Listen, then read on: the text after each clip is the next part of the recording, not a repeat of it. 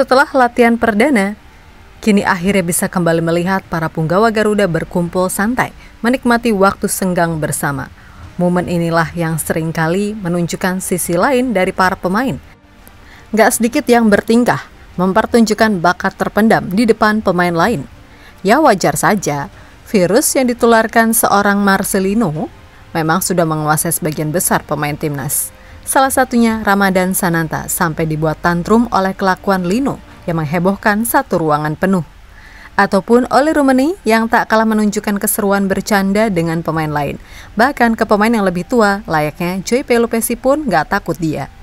So inilah berbagai kerandoman di TC perdana timnas yang menjadi simbol kehangatan skuad.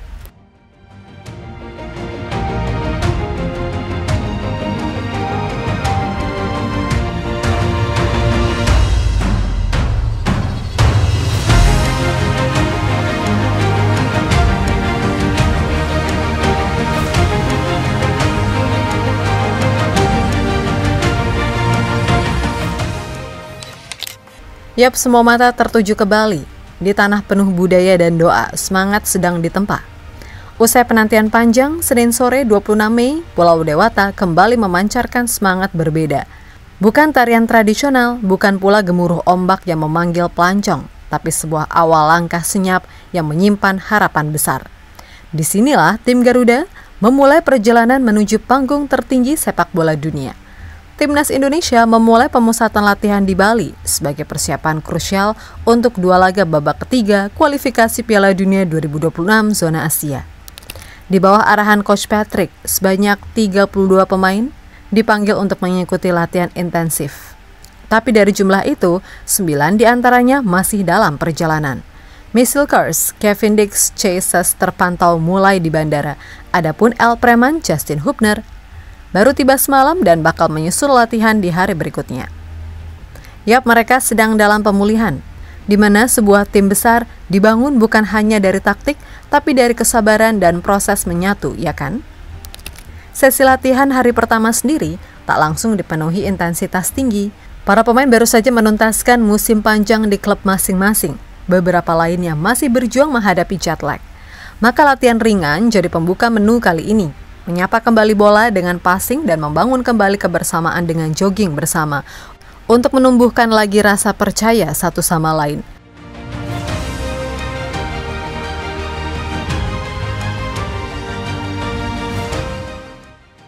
Namun di tengah latihan ini, kejutan datang dari arah yang tak disangka. Dari 23 nama yang sudah di Bali, ternyata satu di antara yang nggak bisa ikut sesi latihan. Septian Bagaskara dikonfirmasi langsung oleh Kluivert mengalami cedera. Alhasil dari kota Bandung, muncul nama yang tak asing namun tetap mematik rasa penasaran, yakni Beckham Putra. Gelandang lincah milik Persib Bandung resmi dipanggil menggantikan Septian Bagaskara yang harus menepi karena cedera dan dipastikan absennya sepanjang matchday Juni. Bagi Beckham, ini adalah pemanggilan pertama ke level senior. Sebelumnya, ia telah mencicipi gemerlap kompetisi bersama timnas U19 dan U23. Bahkan turut meraih medali emas di SEA Games 2023. Sekarang waktunya panggung besar menanti, mimpi yang perlahan menjadi nyata bersama timnas senior. Di level klub, ia juga mencatatkan kontribusi dengan 9 gol dari 29 penampilan dan mengantarkan Maung Bandung ke puncak juara back-to-back. Karena itulah Coach Patrick terkesan, ya walaupun netizen pada nyinyir sih. Well, actually not, because Septian Bagaskara, he's off the list regarding an injury. So I called up player from the champion, Persib Bandung, and his name is Beckham Putra. So I'm happy to welcome him in the national team of Indonesia. Namun, tak semua cerita dari pemusatan latihan ini beraroma tegang dan serius. Kalau sedang kumpul bareng, pasti ada aja gebrakan pemain timnas nih.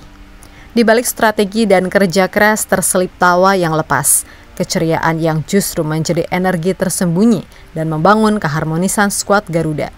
Di antara momen serius latihan, perhatian justru teralihkan pada aksi iseng seorang Ole Rumeni. Baru bergabung setengah musim di timnas, tapi tingkahnya sudah lengket jadi bagian dari keluarga besar Garuda. Satu momen menjadi sorotan saat jalan menuju lapangan.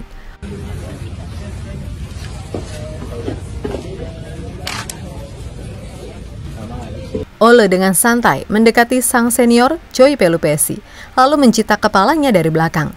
Tanpa dosa, lalu pura-pura tak tahu apa-apa. Aksi jahil yang membuat semua orang kaget cuy. Karena ya cuma Mang Ole doang yang cukup nekat dengan berani melakukan itu kepada sang senior yang udah berusia kepala 3.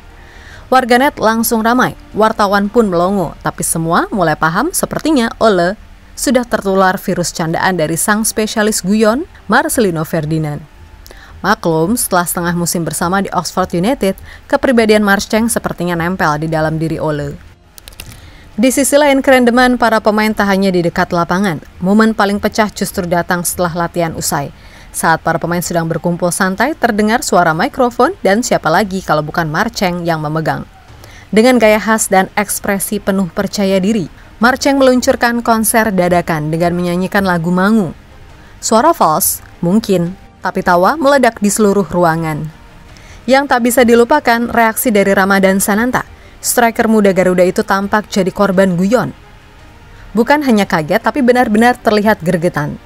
Sampai-sampai tantrum menendang udara sendiri sambil tertawa kesal. Satu ruangan pun jadi panggung hiburan, dan di sanalah karakter timnas Indonesia terbentuk. Kuat bukan hanya karena strategi dan skill, tapi karena ikatan batin dan tawa yang dibangun bersama.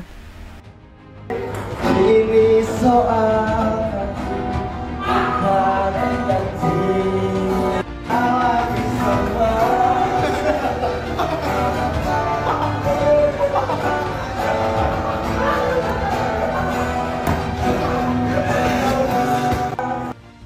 Di momen lain terlihat dari unggahan story Asnawi bersama Lino, Rido, dan Egy sedang bersantai dengan bermain PlayStation.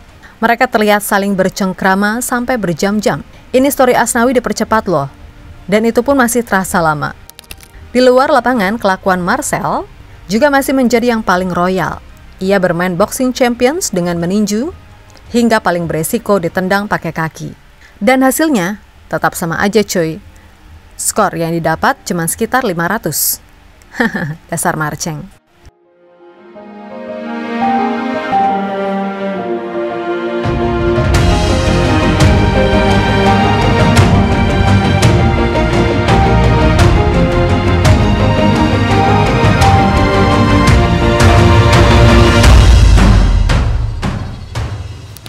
Yap, terlepas dari kehangatan dan keharmonisan di TC Bali, Timnas Indonesia kini berada di posisi keempat klasemen grup C. Dengan catatan 9 poin dari 8 laga, 2 kemenangan, 3 hasil imbang, dan 3 kekalahan. Bukan sebuah akhir, jalan menuju Piala Dunia masih panjang dan langkah harus terus maju. Tanggal 5 Juni 2025, tim Garuda akan menghadapi laga penting di kandang sendiri. El Capitano Jesus dan para kolega akan menjamu kekuatan Asia Timur China di Stadion Utama Gelora Bung Karno. Sebuah pertandingan yang tidak hanya menuntut taktik tapi juga nyali dan mental baja. 5 hari berselang, tantangan lebih berat telah menanti. Timnas akan terbang ke Jepang, menantang sang raksasa Asia di Panasonic Stadium Osaka. Di sana, Garuda akan menghadapi bukan hanya 11 pemain, tapi sejarah panjang kekuatan sepak bola Asia. Jadi latihan ini memang mengedepankan fokus di atas lapangan. Tapi di luar lapangan tetap keharmonisan yang jadi kekuatan utama pemersatu bangsa.